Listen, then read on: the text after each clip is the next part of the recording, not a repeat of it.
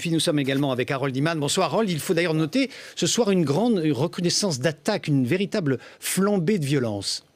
Alors, elle commence tout à fait à l'ouest, au Nigeria, on va dire. Alors, je n'ai pas compté le Mali parce que là, ce n'est pas nouveau et c'est plutôt contenu et très faible en ampleur aujourd'hui.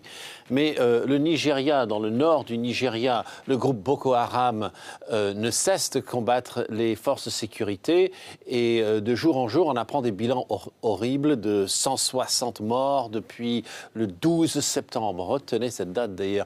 En Égypte aussi, au Sinaï, ça bouge. Il y a des supporters aussi de l'ancien président Morsi qui ont pris les armes et qui se battent avec la police.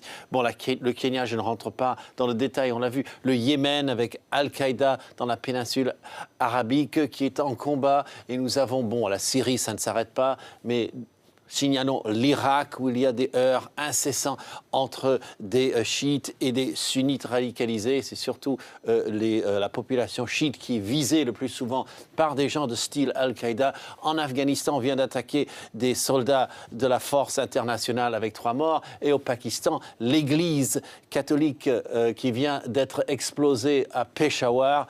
Bref, vous voyez qu'il y a là une espèce d'emballement.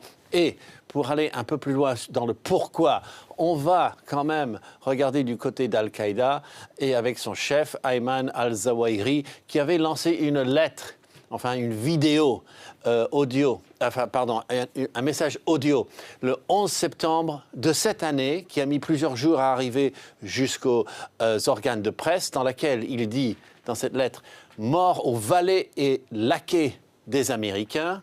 Il a donné un feu vert aux loups solitaires. Faites des actions partout où vous pouvez. En attendant, on va boycotter le diable américain. Et puis, ne vous laissez pas berner par l'islamisme démocratique. Ne faites pas comme ils ont essayé de faire en Égypte. Ne faites pas comme Ennahda essaye de faire en Tunisie. Donc, il a clairement donné un message. Déjà le 12 septembre, au Nigeria, on avait réagi et dans le reste de ce monde turbulent. Harold Iman, merci.